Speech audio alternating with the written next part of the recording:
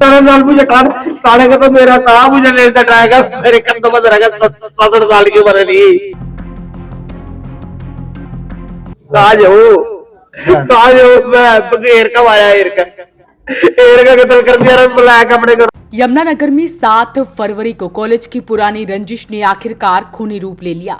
आदित्य हत्याकांड के मुख्य आरोपी रक्षित को पुलिस ने गिरफ्तार कर लिया है।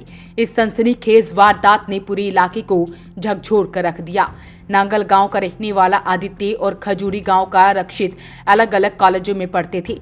दोनों के बीच लंबे समय से किसी बात को लेकर विवाद चल रहा था। 7 फरवरी की शाम खजूरी गांव में समझौते के बहाने आदित्य को बुलाया गया।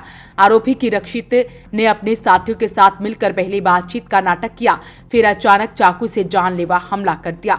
हमले में आदित्य की मौके पर ही मौत हो गई, जबकि उसके 2 साथी गंभीर रूप से घायल हो गए। घायलों को तुरंत अस्पताल में भर्ती कराया गया।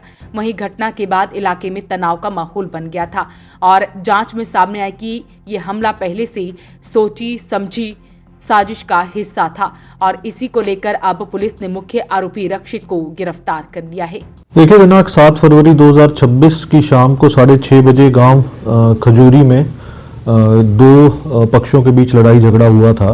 इनकी पहले से ही राइवलरी चली आ रही थी आपस में और उस दिन जो बताया गया है कि खजूरी गांव के 3 युवाओं ने नग्गल गांव के साथ के जो युवाओं के साथ राइवलरी थी उनसे बातचीत के लिए बुलाया था। जब वो बातचीत करने के लिए वहाँ 3 लड़के पहुंचे, उनमें से 2 तो नग्गल गांव के रहने वाले थे, खजूरी गांव का रहने वाला था। तो ऑलरेडी वहाँ 4-5 लड़के पहले से ही मौजूद थे। तो जब इनकी वहाँ बातचीत शुरू हुई तो उनमें से एक रक्षित नाम के युवक के पास चाकू था और उसने तीनों पर ही अटैक करा, जिसमें एक युवक की उसी दिन मृत्यु हो गई थी, दूसरे को गर्दन में चोट लगी हुई है जो अब भी अस्पताल में एडमिट है और तीसरा बच गया था, उसके कपड़े, लेकिन जब चाकू मारा गया तो उसके कपड़े फट गए थे।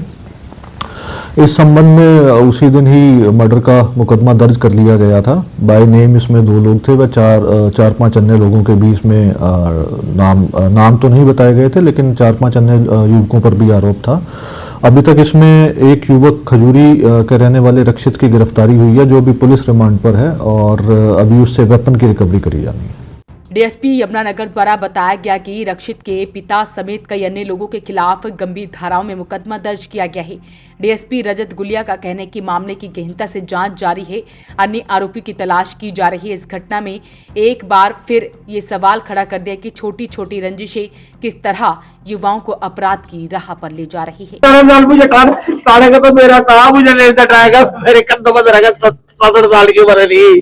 कहा जाऊं मैं बगैर कब आया एर का कत्ल कर दिया ब्लैक अपने घरों से। मुझे क्या करना, किसी का बुरा तो करे नहीं आज तक भी। कोई गो गाट का आदमी एक कह दो, अरे मेरे को से कोई आदमी भी खड़े कह दो हमारे जाकर कोई हमारा था या किसी के घर आते चलते हो अपने काम से काम रात दिन। अपील रहेगी इस वीडियो को आप शेयर जरूर करें। वॉइस ऑफ पानीपत के लिए ब्यूरो रिपोर्ट।